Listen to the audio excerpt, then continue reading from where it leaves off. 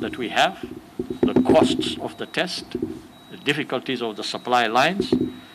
We will also be looking at reviewing our own testing strategies. The testing might move towards going to where it is really useful and where it will be able to inform us in a better way. And so all of these discussions are taking place. And I'm sure that when the time comes, because if you remember, even truck drivers,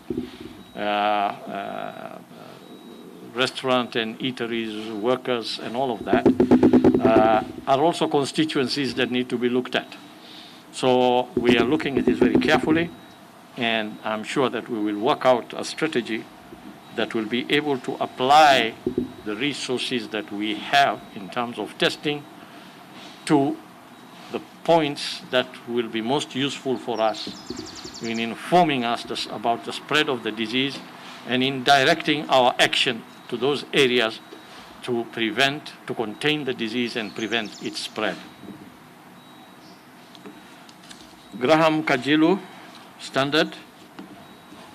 Your question was, number one, you needed to know the total bed capacity in the country, bed capacity. But beyond that, you also wanted to know the ICU bed capacity. In the counties, you also mentioned that some counties you have heard have ventilators, but they have no ICU. And you also posed the question, are all our level 5 hospitals in the public sector ready for the COVID response? I have with me today the technical person who is Dr. Kuria, and I think he may be able to provide you with some figures, if he is able to, on these statistics that you have asked. So that question I will ask Dr. Kuria to respond to. Nancy Okwaro, your question was really about the infection in children. You mentioned, yes, of course, it is not the first time we are reporting that there is an infant or a child among the positives. The question you ask is this child being infected? How is this child getting infected? Is it from other children, or is it from adults and other people?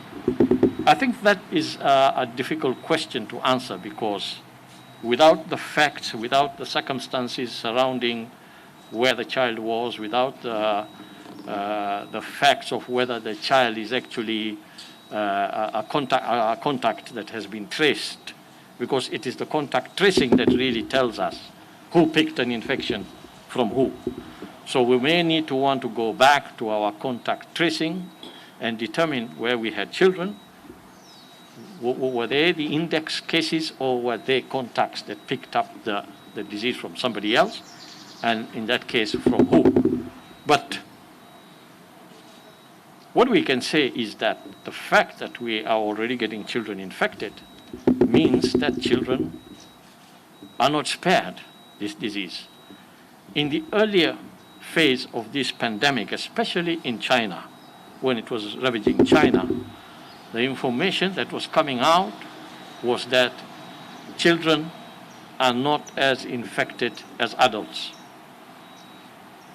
I think that that seems to still remain the observation in many cases, perhaps even in our own case here.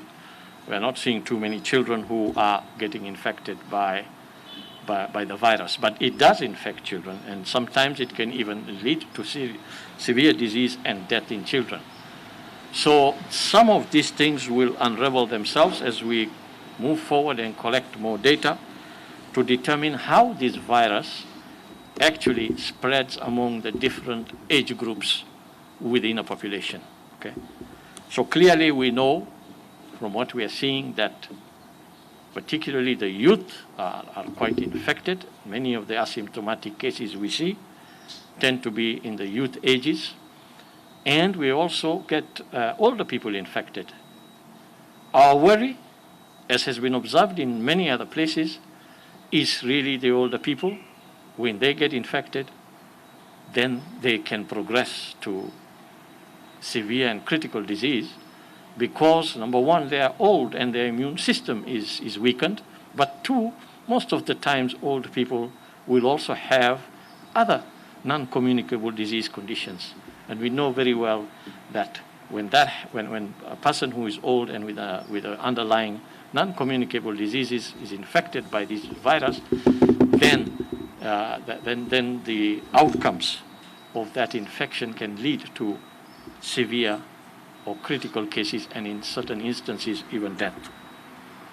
So whether children play together and pick it from each other, I don't think we can answer that, if already the infection rate we see in children is small. But again, remember, when we also sample, we are biased in sampling. We may sample a few children, but I do not think that the sampling that we carry out has a high proportion of children in it to be able to definitively answer whether children, what is the rate of prevalence of this in children. So we don't know yet. We will need to look at that contact tracing.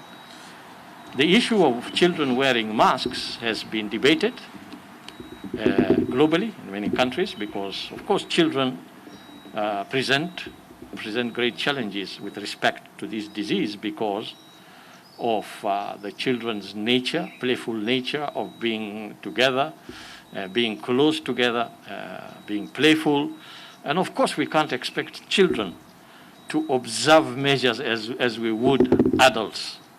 So, and wearing masks also creates a problem for children, particularly young ones, in terms of breathing.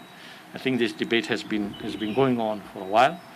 I believe that if the households and the family members of the households are able to practice social distance, then it is possible to protect the children also without having to subject them to these difficulties of having to wear masks.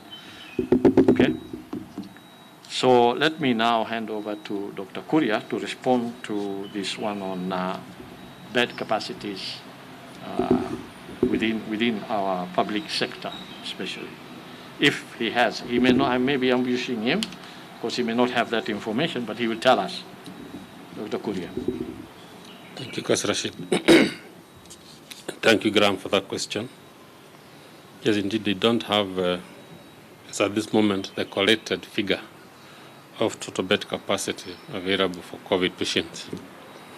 But you do recall that in the last presidential address, where he directed that every county establishes a 300 bed capacity for COVID patients. And I think in the last summit, the report that most counties were ready. So we presume that most counties actually have this bed capacity of 300, and some have even surpassed that number. I know a few counties that are having more than 300 beds in their counties. The collected figure, Graham shall provide this to you first thing in the morning if you bear with us as we collect this figure. However, the most important thing to know that you asked about level 5 facilities being able to take care of this. Remember at the beginning, we informed you that every county was advised to identify a COVID facility, a COVID treatment facility. The aim of this is to try and maintain those you are calling level 5 facilities for other health needs. For the sake of continuity of healthcare, those level 5 facilities in most counties are still available for the other services. So COVID has not stopped the provision of healthcare services in the counties.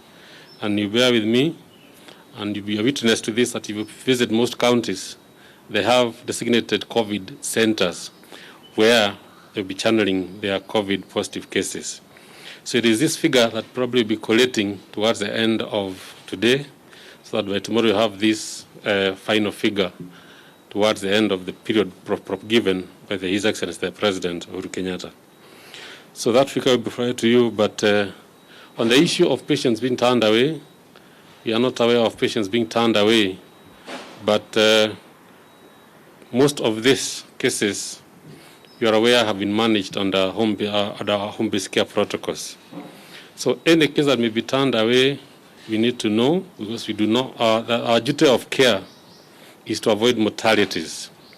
as much as possible, our duty of care, I repeat, is to avoid mortalities. So any cases that have been turned away, we need to be told where they are so that we can respond appropriately. Because as I am aware, there are still beds available in most counties, including Nairobi. So no case should be turned away from hospital as we stand today. Thank you. Yes, thank you, Dr. Kuria. I think I need to say one or two more words about the issue of mask wearing.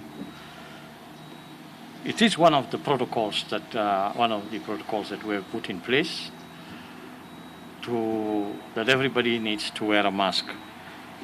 And where possible, if children can wear the masks, yes, I think masks should be worn.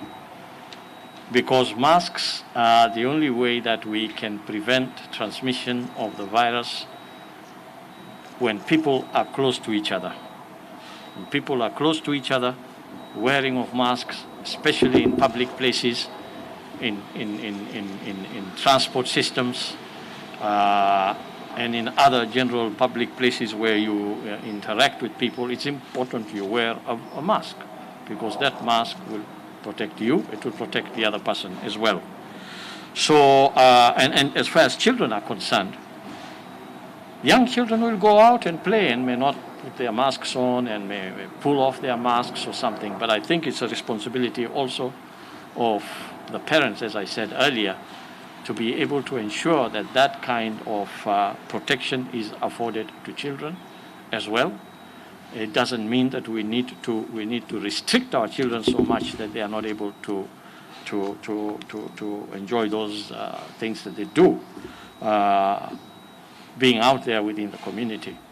But the wearing of masks is known to be able to protect and is one of the containment measures that is in place, and we want to encourage all Kenyans to wear masks and to wear masks properly and to protect both themselves and others by doing this. Thank you.